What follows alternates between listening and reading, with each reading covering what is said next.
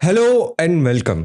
आज इस वीडियो के अंदर हम बजट के बाद कनेक्ट कर रहे हैं और आज हम मार्केट का थोड़ा सा राउंड अप करेंगे क्योंकि पिछले 2 दिन के अंदर फरवरी की 1 और 2 तारीख के अंदर बहुत बड़ी बड़ी चेंजेस इंडियन मार्केट के अंदर आ गई हैं, जिसमें सबसे पहली चीज़ थी इंडिया का बजट। इंडिया के बजट से पहली बात, मुझे तो कोई एक्सपेक्टेशन ज़्यादा नहीं थी क्योंकि मुझे ये पता था कि भाई इस बार ना तो इलेक्शन है और ना ही कोई मेजर ऐसा पेन पॉइंट जो एड्रेस होना ज़रूरी था, या दो ऐसी बात थी, मतलब कुछ तो होना ज़रूरी था ही। बट बहुत सारी चीज़ें थी जो पिछले बजट के अंदर टेक केयर कर ली गई थी, तो इसमें मेरी एक्सपेक्टेशन इस बार के बजट से ज़्यादा नहीं थी। ऐसा ही कुछ मुझे देखने को भी मिला, जिसके अंदर सबसे पहली चीज़ जो रही कि भाई बजट के अंदर ना तो कोई इनकम टैक्स के अंदर बहुत बड़े चेंजेस किए गए और ना ही शेयर मार्केट इन्वेस्टर्स के लिए कुछ ज़्यादा बड़ी राहत दी गई। एक पेन पॉइंट जरूर बढ़ा दिया गया जो कि ट्रेडर्स के पॉइंट ऑफ व्यू से, जो कि फ्यूचर एंड ऑप्शन इन दोनों के अंदर ट्रेडिंग करते हैं, उनकी जो एसटीटी की जो परसेंटेज है उसको बढ़ा दिया गया। अब ये मार्केट के लिए थोड़ी नेगेटिव न्यूज रही क्योंकि जो लिक्विडिटी के पॉइंट ऑफ व्यू से होता है या फिर शेयर मार्केट के अंदर प्राइस डिस्कवरी को सही तरीके से करने के पॉइंट ऑफ व्यू से होता है, तो उसमें कई बार ये जो ट्रेडिंग के जो कॉस्ट होते हैं वो हिंड्रेंस आते हैं और जिसकी वजह से मार्केट के अंदर एफिशिएंसी नहीं आती। ये थोड़ी बहुत टेक्निकल बात है, बट अगर आपको नहीं समझ में आई तो इसका मैं सिंपल शॉर्ट आपको मतलब बता देता हूं कि भाई ट्रेडिंग के पॉइंट ऑफ व्यू से इंडियन इक्विटी मार्केट के अंदर अभी इंडियन गवर्नमेंट बिल्कुल भी सपोर्टिव नहीं है, जो कि आपको short term capital gain tax के अंदर भी देखा गया। एसटीटी पहले इसलिए इंट्रोड्यूस किया गया था कि भाई पहले long term capital gain tax exist नहीं करता था, उस टाइम पे एसटीटी को लेकर आया गया। बट उसके बाद आप देखोगे long term capital gain tax भी बढ़ा दिया गया और उसके बाद एसटीटी भी बढ़ा दिया गया। तो मुझे ये बात नहीं समझ आ रही कि गवर्नमेंट का डायरेक्टिव क्या है, कि मतलब यहां से आगे वो ले जाके इन्वेस्टर्स को रिवॉर्ड करना चाहते हैं, नहीं करना चाहते, वो चीज यहां पे क्लैरिटी आती हुई नहीं दिख रही। नंबर 1। नंबर 2, यहां पर बजट के स्पेंडिंग के पॉइंट ऑफ व्यू से बात करूं तो इंफ्रास्ट्रक्चर के ऊपर डेफिनेटली हमारा पुश चल रहा है, जो आगे भी कंटिन्यू रहेगा।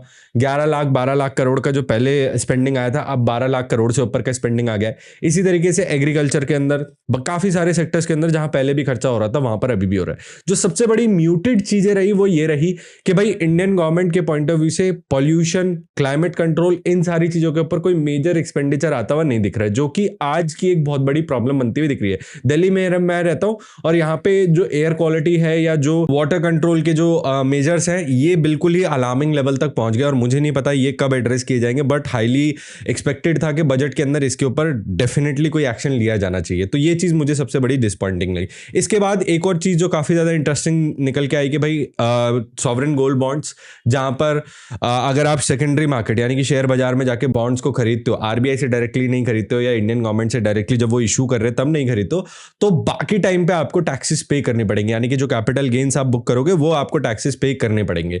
तो ये भी एक चीज यहां पे देखने को मिली। अब इन सारी चीजों के बैकड्रॉप के चलते हुए कुछ ना कुछ मार्केट के अंदर गिरावट देखने को मिली। तो मैं एक बार चार्ट के ऊपर आपको दिखाता हूं, जहां पर मार्केट के अंदर -1.96% की गिरावट आई है। मैं निफ्टी 50 की बात कर रहा हूं, इसी तरीके की कुछ गिरावट आपको मिड कैप स्मॉल कैप में भी देखने को मिली। अब ये थी मार्केट का रिएक्शन टुवर्ड्स बजट। उसके बाद क्या हुआ, नेक्स्ट डे मार्केट के अंदर थोड़ी बहुत रिकवरी आई एंड सबसे बड़ी इंपॉर्टेंट चीज, कल रात को मार्केट के अंदर एक न्यूज फ्लैश हुई जिसमें डोनाल्ड ट्रंप ने इंडिया के इन्वेस्टर्स के लिए गुड न्यूज दे दी। बोला कि भाई हम आपकी कंट्री के ऊपर 18% के रेसिप्रोकल टैरिफ्स को लगाएंगे, जो की बात चल रही थी पिछले 2025 अप्रैल से बात चल रही थी कि कंटिन्यूअसली कभी टैरिफ्स को बढ़ा के 25, फिर उसके बाद 50, फिर उसके बाद एक्स्ट्रा टैरिफ मारने की भी बात हो रही थी। कभी 500% की भी न्यूज आ गई थी बीच में, जब बोला था कि रशिया से ऑयल बंद करना बाय करो क्योंकि आप यूक्रेन के वॉर को फंड कर रहे हो।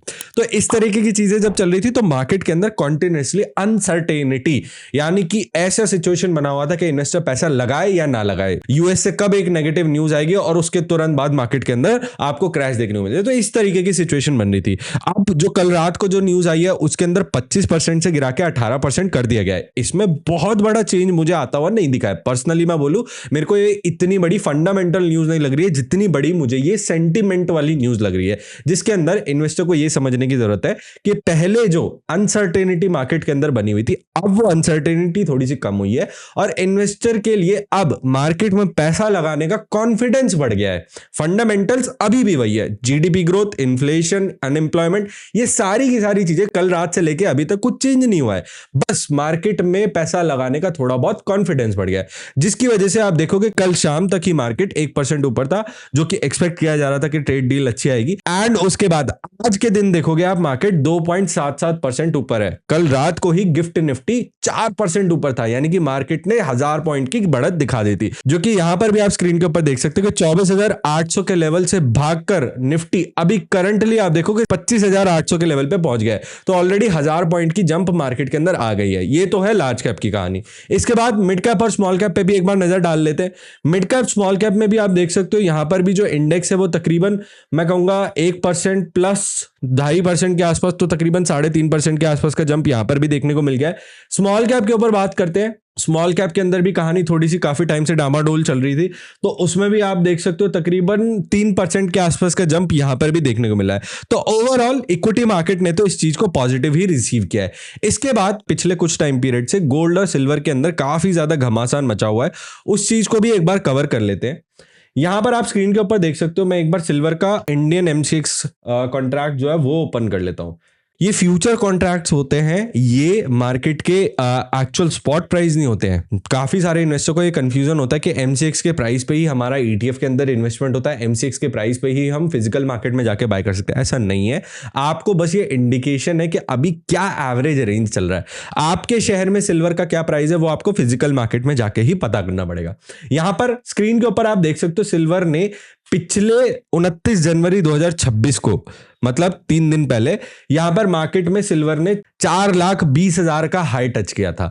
यहां से सिल्वर ने करेक्शन दिखाना शुरू करा और तकरीबन आज की डेट में 2,67,000 रुपीस के प्राइस के ऊपर आके ट्रेड कर रहा है। इसने बॉटम कहां तक लगाया था वो आप स्क्रीन के ऊपर देख सकते हो, 2,36,000 का इसने बॉटम लगाया था।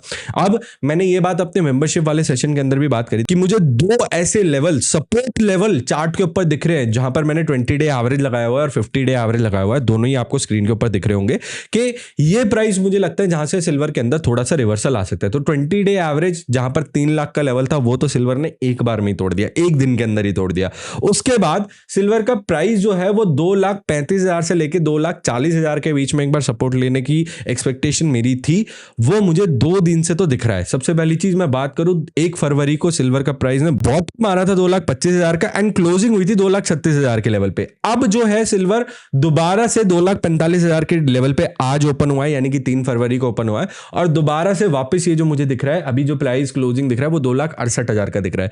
तो अगर यहां से कल और मेरे को एक बार कंफर्मेशन मिल जाती है, यानी कि आज का जो 2,68,000 का लेवल है इससे ऊपर ही सिल्वर का प्राइस क्लोज होता है कल भी, तो मैं मान लूंगा कि मुझे डिप मिल गई है और यहां से मैं अपनी एंट्री पर्सनली मैं प्लान करना शुरू करूंगा। ये कोई इन्वेस्टमेंट रिकमेंडेशन नहीं है, ये मैं आपके साथ अपनी इन्वेस्टमेंट स्ट्रैटेजी शेयर कर रहा हूं कि मैं पर्सनली इस चीज को कैसे अडेप्ट कर पा रहा हूं। तो ये हो गई सिल्वर के ऊपर बात। नेक्स्ट मैं बात कर लेता हूं गोल्ड के ऊपर। ये भी काफी ज्यादा टाइम से परेशान कर रहा था इन्वेस्टर को, जहां पर आप शादी के सीजन में देखोगे, पर्सनली मेरे दोस्तों की शादी हो रही है तो उसमें उनकी वरी थी कि भाई हम कौन से लेवल पे गोल्ड खरीदें। तो मैंने उनको भाई क्लियरली दिखाया था कि भाई आप चार्ट के ऊपर देख सकते हो गोल्ड का जो प्राइस है वो 1,80,000 तक गया, हाई इसने मारा। देन उसके बाद इसके अंदर भी मैंने 2 लेवल आइडेंटिफाई करे हुए थे, 1,45,000 1,46,000 का लेवल, दूसरा था 1,40,000 का लेवल। अब आप क्लियरली स्क्रीन के ऊपर देख सकते हो इसने भी 20 डे एवरेज को तोड़ दिया। 20 डे एवरेज कोई बहुत ज्यादा स्ट्रॉन्ग सिग्नल नहीं होता। 50 डे एवरेज मैं कंसिडर कर रहा हूं क्योंकि इसने पास्ट में 50 डे एवरेज को रिस्पेक्ट दी है। तो 50 डे एवरेज पे 2 दिन से लगातार ये टच कर रहा है और वापस रिवर्स मार रहा है। एंड तीसरा दिन आज है जहां पर मुझे कंफर्मेशन मिल गई है। तो गोल्ड के प्राइस के अंदर मुझे डेफिनेटली दिख रहा है कि यहां से थोड़ा सा रिवर्सल आता हुआ दिख रहा है। अब ये लेवल मेरे लिए कंसिडर करना जरूरी है क्योंकि मेरे पोर्टफोलियो के अंदर मैंने गोल्ड को काफी हद तक रिड्यूस कर दिया था। अब शायद मैं यहां से दोबारा से बाय करना शुरू करूंगा। सेकंड चीज ये हो गई। तो ओवरऑल मार्केट के अंदर मैंने आपको इक्विटी, गोल्ड और सिल्वर इन तीनों का कंक्लूजन बता दिया है। ये मेरे पर्सनल व्यूज है, इनके अंदर मैं ना तो आपको कोई बाय रिकमेंडेशन दे रहा हूं ना मैं सेल रिकमेंडेशन दे रहा हूं। मैं पूरी प्रोसेस आपके साथ शेयर कर रहा हूं कि मैं जब भी इन्वेस्टिंग प्लान कर रहा हूं तो उसके अंदर मैं किन किन बातों का ध्यान रखता हूं। होपफुली इस वीडियो के अंदर आपको काफी हद तक क्लैरिटी मिली होगी बजट के अराउंड और जो ये यूएस इंडिया ट्रेड डील हुई है उसके अराउंड। इस वीडियो के अलावा भी कोई क्वेश्चंस आपके रह गए तो उनको कमेंट सेक्शन के अंदर जरूर मेंशन कर देना, मैं आने वाले टाइम में उसके ऊपर भी वीडियो बना के डाल दूंगा। चैनल को सब्सक्राइब कर लो क्योंकि मेरा मिशन है कि मैं इंडिया के 1 करोड़ इन्वेस्टर्स के लिए इन्वेस्टिंग एक इन्फॉर्म्ड डिसीजन बनाना चाहता हूं, ना कि कोई इन्वेस्टर सिर्फ कहा सुनी पे अपने पैसे को लगाए। इस मिशन के अंदर मैं ऑलरेडी 19,000 लोगों को जोड़ चुका हूं। तो अगर आप भी इस मेरे मिशन का पार्ट बनना चाहते हो तो अभी के अभी चैनल को सब्सक्राइब कर लो। Mutual fund investments are subject to market risk. Read all scheme related documents carefully.